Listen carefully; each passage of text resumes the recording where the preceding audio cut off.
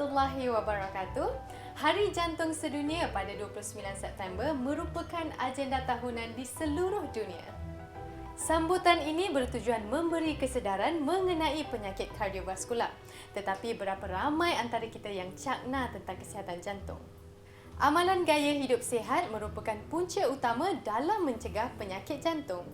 Selain daripada pemakanan seimbang, gaya hidup aktif, tidak merokok, hidup tanpa alkohol, kendali stres dengan bijak juga amat penting. Jangan ambil mudah dengan saringan kesihatan berkala kerana mencegah itu lebih baik dari mengubati. Kesihatan kita milik kita, tanggungjawab kita. Menarik minggu ini. Mariam Khairul Anwar, anak istimewa dianugerahi bakat melukis luar biasa, membantu kanak-kanak yang memerlukan pembedahan jantung. Suri rumah Faridah Muhammad Ali, 36 tahun, berkongsi kehidupannya yang mengalami simptom long COVID. Ikuti kisah Maya Marisa Malik, wanita cekal yang kini menetap di Dubai. Pernah digelar Sade Malaysia, Zur Ida kini masih aktif dalam industri muzik. Penghormatan harus diberi kepada seorang kanak-kanak Down Syndrome, Mariam Khairul Anwar. Berusia 9 tahun, anugerah bakat melukis luar biasa Mariam telah membantu ramai kanak-kanak pelarian yang memerlukan bantuan pembedahan jantung. Melalui Mariam Save Heart yang ditubuhkan oleh ibu bapanya, dia telah berjaya mengumpul dana sebanyak RM80,000 dengan menjual 95 keping karya seninya. Syabas adik Mariam. Walaupun berusia 9 tahun, hasil lukisan adik Mariam amat membanggakan. Melukis hanya secara suka-suka, bakatnya tidak pernah disia-siakan. Hasil jualan lukisan Mariam disalurkan kepada kanak-kanak yang memerlukan. Kami had her when we were 31 tahun. Ketika tu kami tidak tahu Mariam ni adik Down Syndrome, anak Down Syndrome.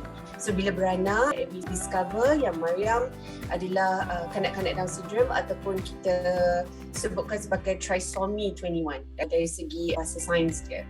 Sejak kecil, adik Mariam juga dilatih dengan pendidikan intervensi, termasuklah terapi pekerjaan, terapi cara kerja dan terapi fizikal dengan bimbingan pakar pediatrik. Mariam waktu umur 6 tahun agak susah untuk painting.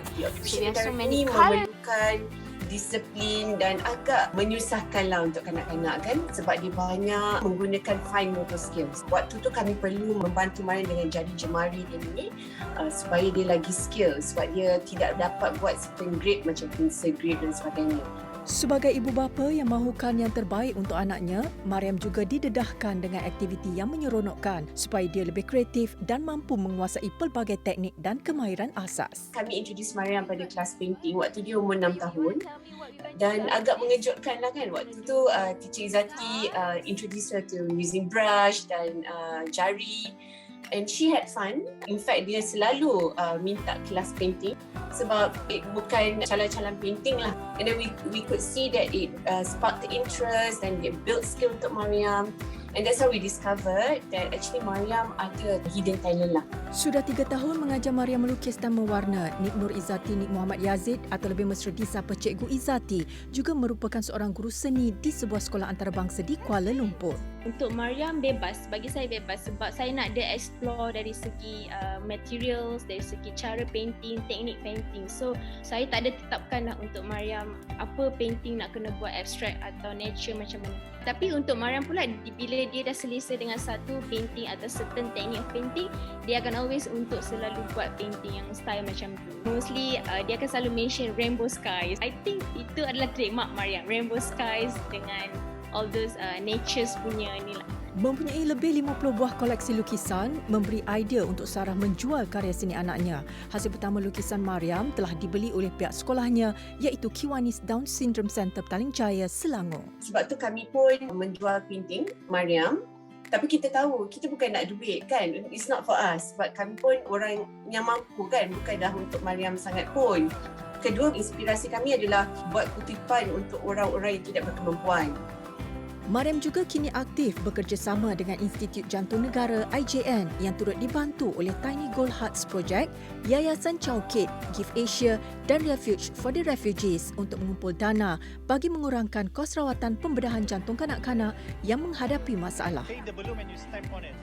Tapi lebih kepada Satu, untuk bagi confidence pada Mariam supaya dia berinteraksi. Mariam ni pemalu orangnya, especially kalau dia tak kenal orang kan. But kalau dia cakap berkenaan painting dia memang sangat happy. So itu satu yang kami nak. This one, this is how to do this. So as I go and how many so how to find this. So it's actually how many so this. It's actually listen and my just the kind but this it's me this only is like this character the great painting. Mariam mampu menyiapkan karya seninya dalam masa sejam bergantung kepada saiz kanvasnya. Hasil lukisan Mariam yang dijual akan dibidah terlebih dahulu di media sosial miliknya iaitu Mariam Saves a Heart. Kami melihat semua yang Allah berikan pada kami sebagai anugerah dan bukan satu beban. Itu adalah motivasi penting untuk setiap parents, especially jika kita ada anak istimewa. Tanggungjawab setiap ibu bapa sebenarnya untuk discover dan untuk nurture anak-anak ni supaya mereka ada sense of purpose. Mereka faham yang mereka juga ada role to play in the society. Yang penting bagi kami adalah masa depan. Kan? Dan kami sebagai parents sentiasa berfikir dan risau. Itu normal kan? Kita ada kerisauan. You know, what will happen to her in the future. So kami melihat ni sebagai satu peluang. Mungkin kerjaya masa depan Mariam, ya kami bangga. Tapi yang paling penting, kami nak Mariam faham bahawa no matter who she is, because she will go through a lot of confidence issues as she grows up, her limitation doesn't stop her from making an impact dalam life orang lain. Thank you everyone. Thank you for giving me my Mariam berasa seronok dapat membantu bapanya yang juga seorang doktor pakar bedah di IJN menyelamatkan nyawa kanak-kanak yang kurang bernasib baik. Walaupun dilahirkan sebagai anak istimewa, Mariam mampu berbakti dan memberi kebaikan serta inspirasi kepada orang sekelilingnya. Diharap usaha murni adik Mariam dan keluarganya dapat memupuk kesedaran kepada masyarakat. Sesungguhnya, sisi kekurangan kanak-kanak seperti Mariam boleh menjadi titik kesempurnaan kepada kehidupan orang lain. Menetap di Dubai sejak tahun 2014, Maya Marissa Malik merupakan seorang pengarah eksekutif penasihat syariah global di syarikat Amani Advisor Global. Pernah terpilih sebagai 40 orang wanita berpengaruh di Timur Tengah, ibu tunggal ini mampu melangkah jauh meletakkan dirinya di antara orang yang paling penting dalam industri kewangan Islam dunia. Ikuti kisah wanita cekal ini. Maya Marissa Malik yang berasal dari Seremban Negeri Sembilan adalah graduan dari University of Kent, United Kingdom dalam jurusan Undang-Undang.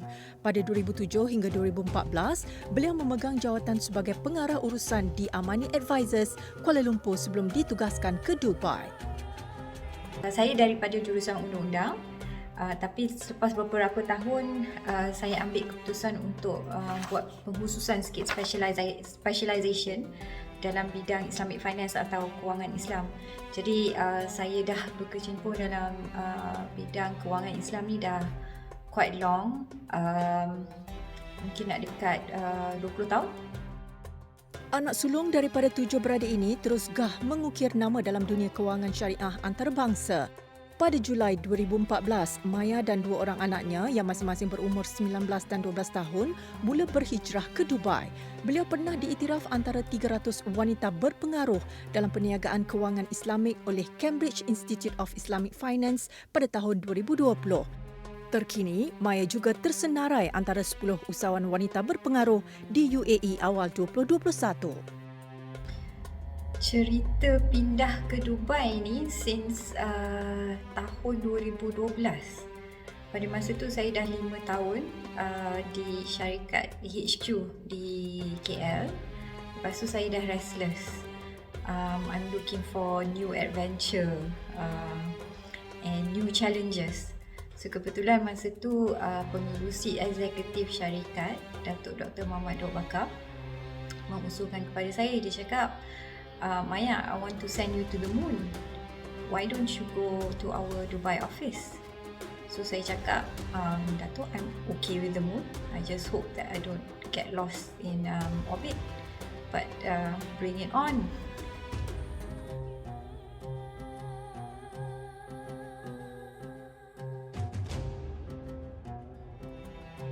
saya deep dive sikit dalam untuk mengetahui dengan lebih lanjut keadaan kehidupan di sini, especially the market, the industry, day-to-day living. Tapi alhamdulillah, staff di syarikat di Dubai banyak menolong saya, dari sekecil-kecil benda sampai sebesar-besar benda. So I was very grateful masa tu. Saya tak keseorangan. Anak saya Adam masa tu umur dia 12, so dia sedih sikit lah masa nak tinggalkan Malaysia sebab dia dah ada kawan-kawan. But alhamdulillah, masa kami pindah tu yang paling saya risau ialah macam mana anak-anak saya nak menyesuaikan diri. Tapi bila dia orang dah start sekolah, dia dapat adapt dengan cara persekolahan di sini yang a bit different lah. A bit difference juga dengan cara di sekolah di Malaysia.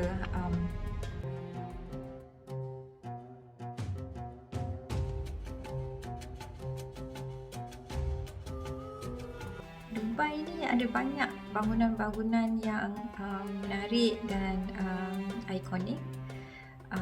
Ramai tahu pasal Burj Khalifa, bangunan tertinggi di dunia, dan Burj Arab iaitu hotel 6 bintang, hotel termahal di dunia. Baru-baru ni baru siap is this building, nama dia Dubai Museum of the Future. So bentuk dia sangat ikonik, dia macam ring. And then exterior dia adalah Arabic calligraphy. Dekat tengah-tengah dia macam ada lubang. So that void in the middle represents unknown knowledge. Oleh kerana begitu terikat dengan urusan kerja, Maya dan anak-anak jarang dapat menerokai keindahan kota Dubai. Sejak dunia dilanda pandemik COVID-19, lantas pergerakan keluar negara terbatas. Beliau mengambil peluang tersebut untuk menikmati dan menjelajahi pelbagai tarikan istimewa yang terdapat di sini.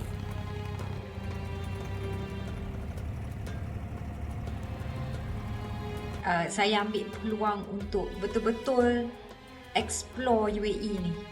Yang dulunya saya tak sempat, so saya betul-betul explore UAE. So saya banyak keluar daripada Dubai, pergi tempat-tempat macam Sharjah, macam Ras Al Khaimah, Fujairah. So tempat-tempat yang belah-belah situ towards the Northern Emirates ni, dia bergunung-gunung, dia berbukit-bukit bergunung-gunung. So nice view, and then di situ dia border dengan Oman. So kita orang selalu pergi hiking. So kita bertolak macam sebelum subuh, sometimes bertolak sebab tempat-tempat ni about 2.5-3 hours sometimes. And we try to go very early in the morning sebab bila sampai tu kita nak tengok sunrise. So kadang-kadang stop tepi jalan, dekat padang pasir tu, solat subuh kat situ, and then we continue with our way. Atas minat terhadap aktiviti-aktiviti mencabar, Maya tidak ketinggalan mencuba luncuran zip line terpanjang di dunia yang terletak di Jabal Jais, Ras Al Khaimah. Okay, saya dah experience buat zip lining di Jabal Jais. Jabal Jais ni pegunungan yang tertinggi di UAE. Dan gunung-gunung kat UAE ni memang batu, tak ada pokok, batu je semua. Bila dah naik ke atas tu, nampak tengok bawah tu memang cuak jugalah. But you know, when you're up there and dengan angin, dengan apa, so you rasa macam there's an adrenaline rush, memang nak buat, and dah drive all the way, memang nak buat. So we did it. For a few minutes there, kita macam tergantung, pandang ke bawah, you tak boleh tengok atas, and you're on, nampak gaung sedalam-dalamnya dekat bawah. But it was a really amazing experience actually. Amazing experience. So siapa datang Dubai, kena tinggal lama sikit sebab nak kena drive jauh sikit, must try Jabal Jais zip lining ni. Lepas tu nanti dapat certificate from Guinness Book of World Record. Ada pelbagai lagi destinasi menarik yang begitu memujakan di Dubai hasil daripada perkongsian wanita hebat ini. Dan pastinya apabila berada di sini, menikmati hidangan cita rasa Timur Tengah yang istimewa menjadi satu kemestian.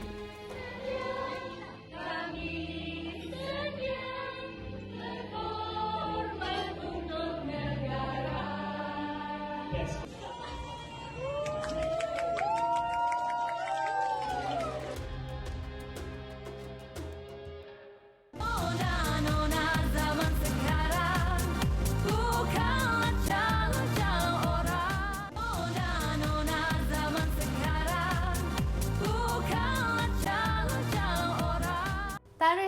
Oktober dipilih sebagai Hari Kopi Sedunia oleh Pertubuhan Kopi Antarabangsa. Bagi pencinta kopi, segmen Air Tangan kali ini berkongsi menu berasaskan kopi iaitu Coffee Crepe Cake oleh pengasas The Vanilla Bean.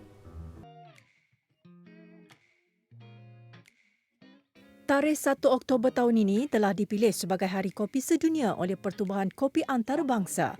Ia dianjurkan sebagai meraikan kopi sebagai antara minuman paling digemari masyarakat. Seperti teh, kopi ditanam di pelbagai tempat di dunia. Oleh itu, terdapat banyak jenis biji kopi yang dihasilkan dengan ciri-ciri yang berbeza. Kopi juga boleh dicampur dengan ramuan lain untuk dijadikan pencuci mulut. Hai, saya Sarah Jana, Head Baker dan juga pemilik tunggal kepada The Vanilla Bean. Hari ini saya nak kongsikan satu resepi pembuatan kek tanpa menggunakan sebarang oven ataupun mixer. Jom kita tengok. Jadi pembuatan kek yang kita nak buat hari ini adalah crepe cake. Crepe cake ini sangat popular di Itali.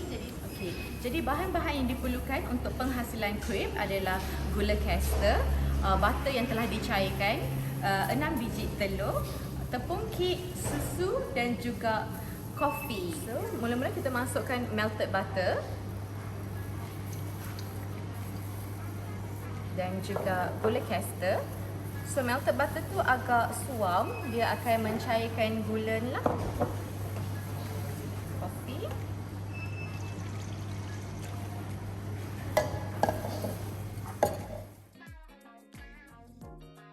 Kemudian, masukkan susu segar ke dalam adunan tersebut dan kacau seketika.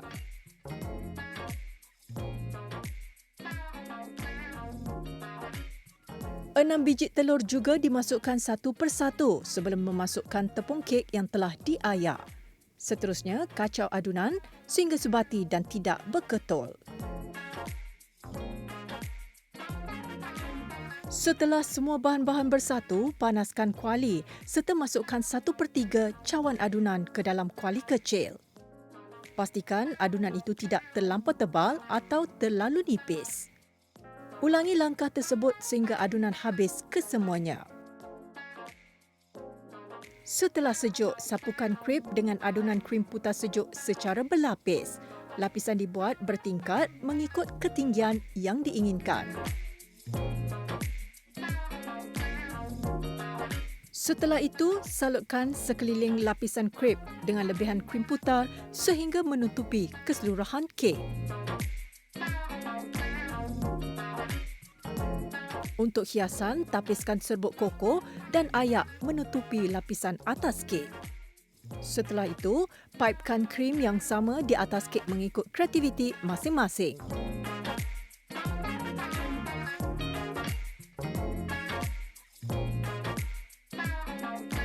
Akhir sekali, tambah hiasan kek mengikut cita rasa anda.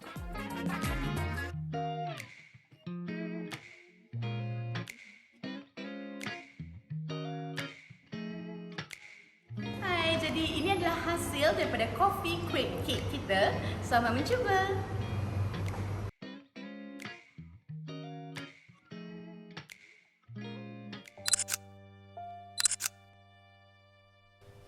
Masih ramai masyarakat yang kurang mengetahui tentang simptom susulan selepas sembuh COVID-19 atau lebih dikenali sebagai long COVID.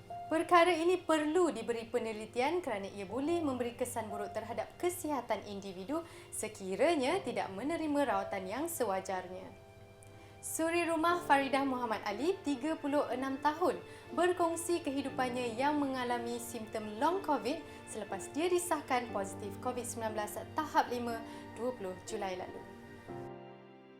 Selepas demam berpanjangan dan badan semakin lemah dan lesu, Faridah mula hilang deria rasa dan bau setelah cuba menghidup minyak wanginya. Ibu kepada 4 cahaya mata ini tidak menyangka dia dan ahli keluarganya dijangkiti virus COVID-19 setelah melakukan ujian calitan di klinik berhampiran. 27 hari bertaruh nyawa di Hospital Kajang Selangor, Faridah bersyukur suami dan semua anaknya hanya mengalami jangkitan ringan sahaja. Lepas discharge, long COVID yang saya hadapi, batuk yang berpanjangan di mana dia akan makan masa selama 2 atau 3 bulan untuk pulih sepenuhnya lah. badan menjadi lemah, tidak bertenaga, mengah-mengah, penat bila buat kerja ataupun kita berjalan ataupun bila saya banyak bercakap, dia akan ada satu rasa lelah dekat dada dan kadang-kadang rasa sesak sikit nafas kita.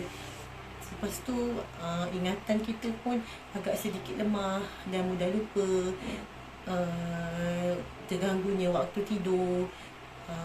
Itu antara simptom-simptom long COVID yang saya hadapi lah. Kini hampir 2 bulan selepas dijangkiti COVID, keadaan Fauziah masih belum pulih sepenuhnya. Ada kalanya dia terpaksa bergantung kepada tong oksigen yang telah diwakafkan kepadanya apabila mengalami kesukaran untuk bernafas. Setiap hari, Fauziah akan melakukan senaman ringkas bagi memulihkan semula kesihatannya. Bila saya rasa saya terlampau banyak buat kerja dan saya rasa penat, saya akan duduk seketika untuk saya rasa lebih baik, pernafasan saya pun lebih baik. Mana batuk yang berpanjangan, saya akan sentiasa banyak minum air supaya tekak saya tak kering.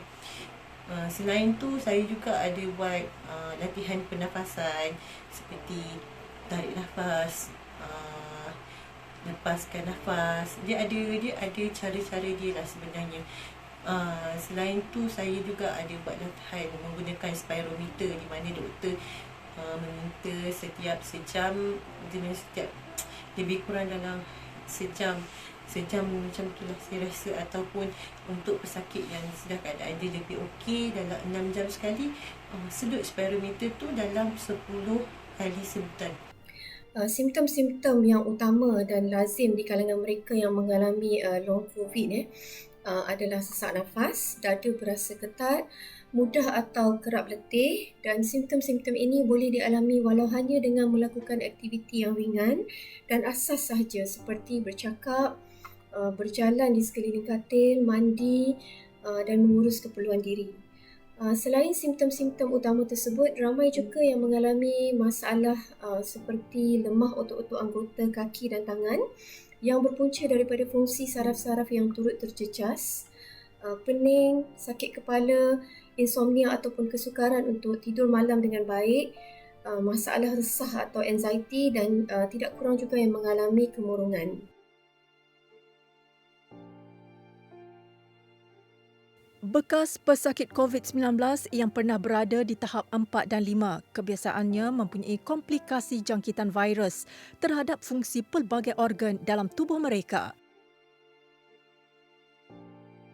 Bekas pesakit ini biasanya akan dirujuk kepada bidang kepakaran yang berkaitan bagi memastikan mereka mendapat rawatan klinikal yang optimum. Sekiranya ada bekas pesakit COVID-19 yang mengalami keadaan ini, anda perlu mendapat penilaian oleh pihak perubatan untuk dikenal pasti tahap keterukan masalah yang dialami, dan sekiranya anda memerlukan terapi fizikal tertentu.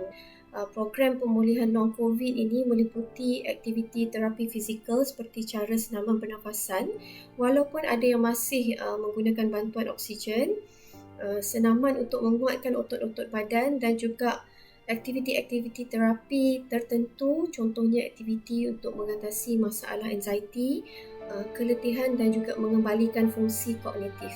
Bukan apa, sebab kita tak nampak virus ni. Bila kita dah kena, baru kita akan tahu macam mana rasanya keadaan bila dah terkena COVID ni sebenarnya.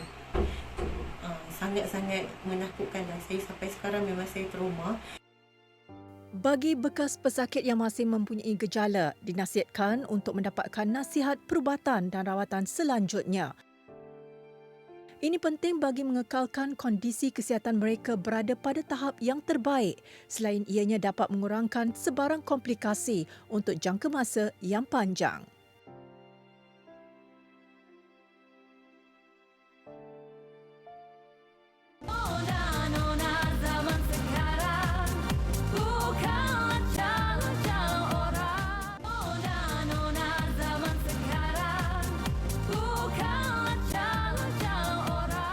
Memulakan kerjaya seninya sekitar tahun 1998, penyanyi dan pelakon Jaslina Hashim sudah lama tidak aktif di kaca TV. Jaslina kini lebih selesa menguruskan perniagaan aksesorisnya, Batu by Jaslina Hashim. Minatnya mendalam terhadap aksesoris perhiasan seperti rantai dan gelang membuatkan Jaslina tidak melepaskan peluang untuk mengumpul batu hiasan yang unik setiap kali pulang dari luar negara. Berbisik di dasar hati, bertanyakan pada diri tentang kekasih, tentang cinta. Hai, saya Jaslina Hashim dan pada hari ini Jazz nak share dengan you all semua tentang Jazz punya baby kesayangan Jazz, Batu by Jaslina Hashim. Kegairahan serta minat yang mendalam terhadap aksesori perhiasan menjadi pemangkin semangat buat Jaslina Hashim meneroka kemilau batuan dari seluruh pelosok negara. Jazz selalu travel and then bila jumpa batu-batu yang cantik, all the semi-precious stones, so selalunya Jazz collect and then Jazz bawa balik, buku bawa balik and buat jewelry untuk diri sendiri. Tapi lepas tu semua kawan-kawan Jazz suka and diorang selalu ambil barang-barang Jazz. So sekarang ni Jazz buat business Batu by Jaslina Hashim dah about 10 years and it's been going very well. Thank you so much for everybody that's been supporting me.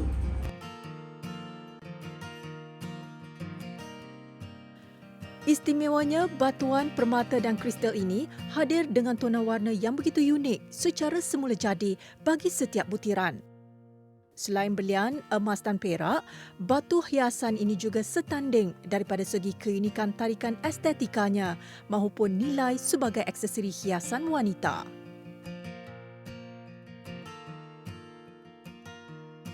Mainly, every single piece is semi-precious stones. So kita ada lapis lazuli, tourmaline, agate, smoky quartz, rose quartz, and dekat sini, yang dekat sini semua yang you all boleh nampak is my best selling convertible mask chain. So makna dia, the chains actually boleh pakai dengan face mask. So hari ni just pakaikan dengan this beautiful face mask by Frankitas. So cantik and matching dengan chain. So basically the chain you can pakai dengan face mask. So bila buka tak payah letak atas meja. And then kalau tak nak pakai dengan face mask, just open, just buka macam tu. It's very easy. And boleh lipat 2 kali jadi short necklace, or boleh just sambungkan macam tu jadi long necklace, or boleh pusing-pusing dekat tangan jadi bracelet. Kepelbagaian dalam menggayakan aksesori rekaan Jazz menjadi antara tarikan utamanya. Bagi perhiasan rantai, harga yang ditawarkan adalah sekitar RM200 ke atas, bergantung kepada jenis rekaan dan batuan yang digunakan.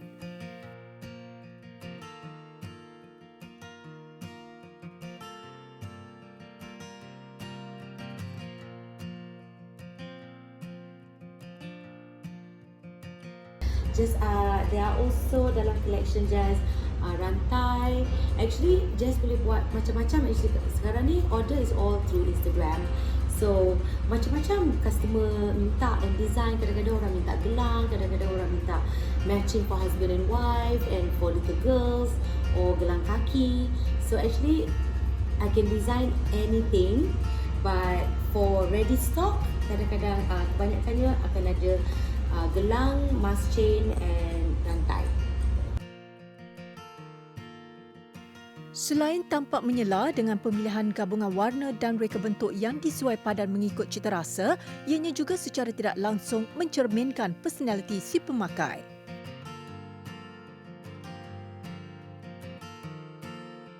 Okay, so now just nak tunjuk rantai-rantai yang Jazz design.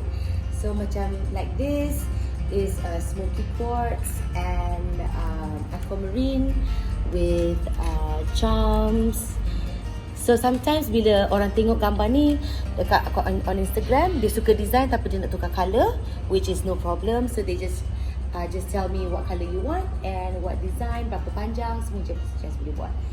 The horseshoe, which everybody likes for good luck. Nose, turquoise and opal, black onyx. And these are some of the ones that boleh eja your name or your favorite word.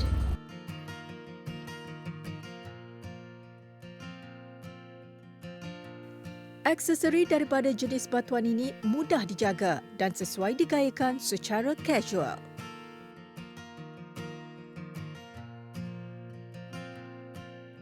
Macam mana nak start, macam mana nak design, macam mana nak pakai the jewelry. Actually, pakai jewelry, especially Jess punya, there's no rules.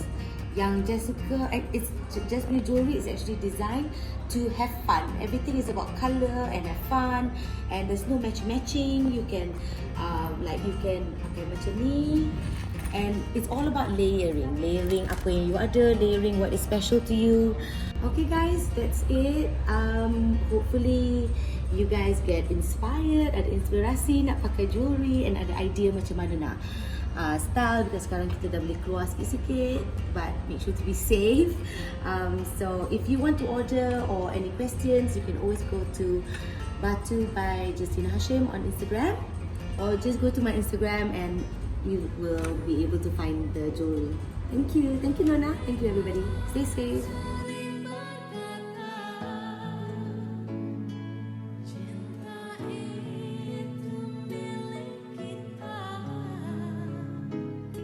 Bulan lepas, kami telah kongsikan 2 kisah dalam siri realiti Resepi Berani Maggi.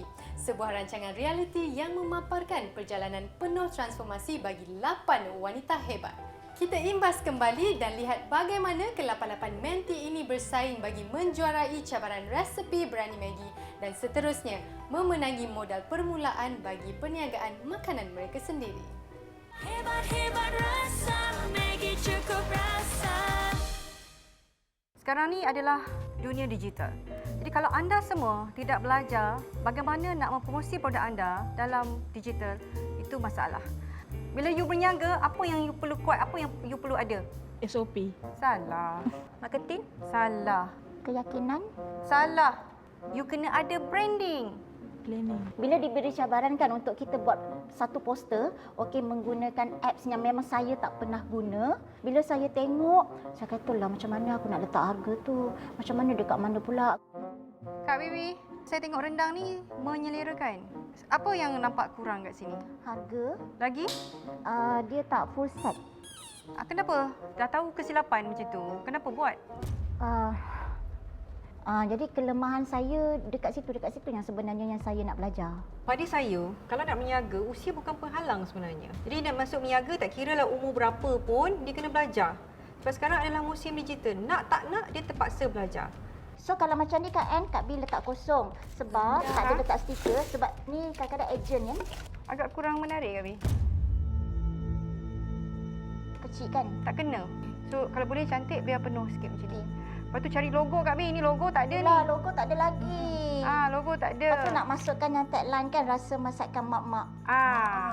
Dia memang seorang yang ingin tahu. Tetapi dalam keinginan dia nak tahu tu, dia agak tak sabar. Jadi saya harap Kak Bibi nanti di pusingan akhir ni, saya harap dia bertenang. Kemudian dia tahu apa dia nak cakap. Fokus dengan produk dia dan tidak kelang kabut. Would you leave your current employment to focus on your business? Saya berusia 49 tahun sekarang. Sebenarnya saya memang ada perancangan untuk berhenti. Ya, saya akan fokus sebab perniagaan saya sekarang ni memang 100% saya fokus dekat pace sahaja. Saya tak ada campur dengan lain. Jangan jadikan usia tu alamak dah lambat nak buat, dah tak boleh lah, dah terlambat. Jangan. Kita masih boleh kalau kita nak. Kalau you tak cuba, you tak tahu. Jadi kena cuba dan berani. Dalam dunia ni sebenarnya tak ada orang yang kurang pandai ataupun orang yang pandai. Dalam dunia ni hanya ada orang yang malas ataupun rajin. Ni rajinlah mencuba. Jadi kalau nak tahu lebih banyak ilmu yang saya akan share, jadi kena menang lah. InsyaAllah kita akan jumpa nanti. Program Wanita Cukup Berani ni daripada awal bengkel sampailah ke akhirnya memang boleh bawa kita ke tangga kejayaan. Hebat rasa Maggi cukup rasa. Syabas kepada kesemua pemenang Maggi. Jangan lupa ikuti kesemua 6 episod resepi berani Maggi di laman web dan saluran YouTube Maggi. Anda juga boleh turut serta dalam perjalanan transformasi ini. Mulakan langkah baru dan daftarkan diri anda hari ini untuk sertai bengkel online Wanita Cukup Berani Maggi di laman maggi.my. Nona zaman sekarang bukanlah calon-calon orang. Nona zaman sekarang bukanlah calon-calon orang. Penyanyi terkenal di era 1990-an ini mendapat gelaran Sade Malaysia kerana persembahan dan gaya muzik yang ditonjolkannya seperti penyanyi tersohor antarabangsa Sade Adu. Popular dengan lagu Lama Tak Jumpa, Kemarin dan Pelitaku, Zuraidah Mokhtar atau lebih dikenali sebagai Zur Eda masih lagi aktif dalam industri muzik. Kaulah pelita yang menerangi hidupku. Tanpamu hidup tak berarti. Saya Zur Eda, nantikan saya selepas ini. Sangat meminati muzik sejak kecil lagi, bakat yang dianugerahkan kepadanya tidak pernah dipersiakan. Malah seawal umur belasan tahun lagi, beliau terus mengurak langkah mencipta nama bagi bergelar anak seni.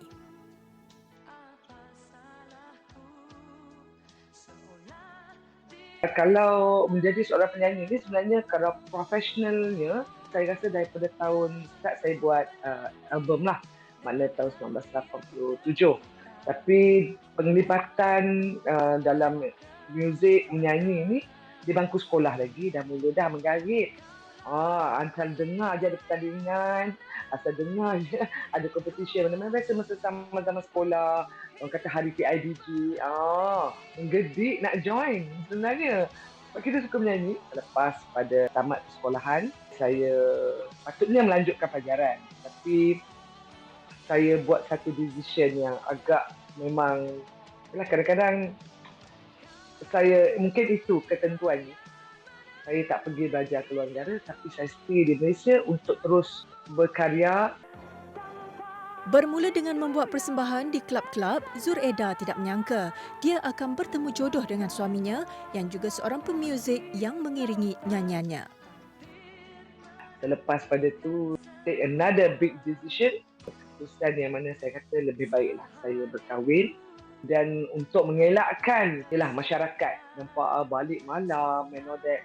Anak sulung daripada tiga beradik ini juga akui keputusannya menjadi seorang anak seni tidak mendapat persetujuan kedua orang tua. Malah Zur Eda juga sering dimarahi ketika di awal pembabitannya. Dia tak suka anak dia menyanyi, dia suka saya belajar. Dulu biasalah suka nak jadi doktor. Tapi saya jadikan betul-betul satu semangat dan juga saya buktikan kepada kedua orang tua saya yang dengan menyanyi, insya-Allah saya boleh bina satu keluarga dan melahirkan anak, membesarkan anak-anak lah dengan titik peluh sebagai seorang penyanyi. Selain mempunyai vokal yang mantap, Zur Eda juga memiliki tona nada yang besar dan lunak. Lenggok suaranya yang serak-serak basah juga menjadikan penyanyi berusia 56 tahun ini antara selebriti yang mempunyai aura dan keunikan yang tersendiri. Masa muda-muda belia dulu, suara tu ala-ala sweet gitu kan. Tapi saya ni sebenarnya jenis suara yang kasar, yang besar lah. I have this husky voice. Allah anugerahkan. Tapi lama-kelamaan dia jadi besar because kita hari-hari menyanyi. Suara tu jadi season. Dia dah jadi lali. Jadi dia buka all the vocal cord tu dia terbuka sebenarnya. Seperti selebriti lain, dia juga turut terkesan dengan pandemik yang melanda negara. Meskipun sumber pendapatan utamanya terjejas, namun Zur Eda bijak mengambil peluang dengan membuka sebuah perniagaan makanan. Sejak pandemik ni terjadi di mana bila kerajaan dah mengumumkan untuk lockdown. Masya Allah. Bila terfikir apa yang terus automatically saya kata kita kena switch. Kita buatlah Zoeida Kitchen ni. Selain menawarkan masakan Melayu, beliau juga sering membuat persembahan secara percuma bagi menghiburkan pelanggan yang hadir ke kedainya yang terletak di Basque and Food One City USJ Subang Jaya, Selangor. Manusia ni bila dia dalam satu pressure yang ini sebenarnya, kalau you take it dengan cara yang you dapat sabar, you willing to learn something, insya-Allah dia membuahkan hasil. Bila bisnes makanan dia lebih kepada bersedekah bagi saya. Kerana makanan ni kita tak boleh kira dalam bentuk sebutir nasi, harga dia 0 point berapa persen. Kalau terkurang, kita minta maaf. Kalau terlebih tu kita sedekah, kita halalkan. Hampir 40 tahun di dalam industri muzik, beliau juga tidak pernah meminta untuk dirinya disamakan dengan penampilan penyanyi, penulis lagu dan pelakon terkenal antarabangsa Sadiq Adu. Itu coincidence sebenarnya, dan muka ni saya ni punya dahi yang luas. Image tu sama pula dengan image Sadiq Adu. Di situ sebenarnya bermulanya. Dan Alhamdulillah sedikit bila orang memberi kegelaran kepada saya, dia membantu dalam karier saya sebagai seorang penyanyi. Masih lagi aktif di dalam dunia nyanyian, Zoeida juga mempunyai perancangan untuk menghasilkan sebuah album mini. Karya istimewa itu khas buat peminat yang setia menyokong dirinya sejak permulaan kariernya di dalam industri seni tanah air sehinggalah sekarang. Terima kasih setia bersama kami hingga akhir siaran. Teruskan layari laman Facebook dan Instagram kami di TV3 Nona. Untuk sebarang komen, pendapat dan sebagainya, anda boleh terus email ke nonatv3@gmail.com. Jumpa lagi minggu hadapan. Jaga diri. Assalamualaikum. Sri Kandi masa kini yang bekerja ya juga ibu.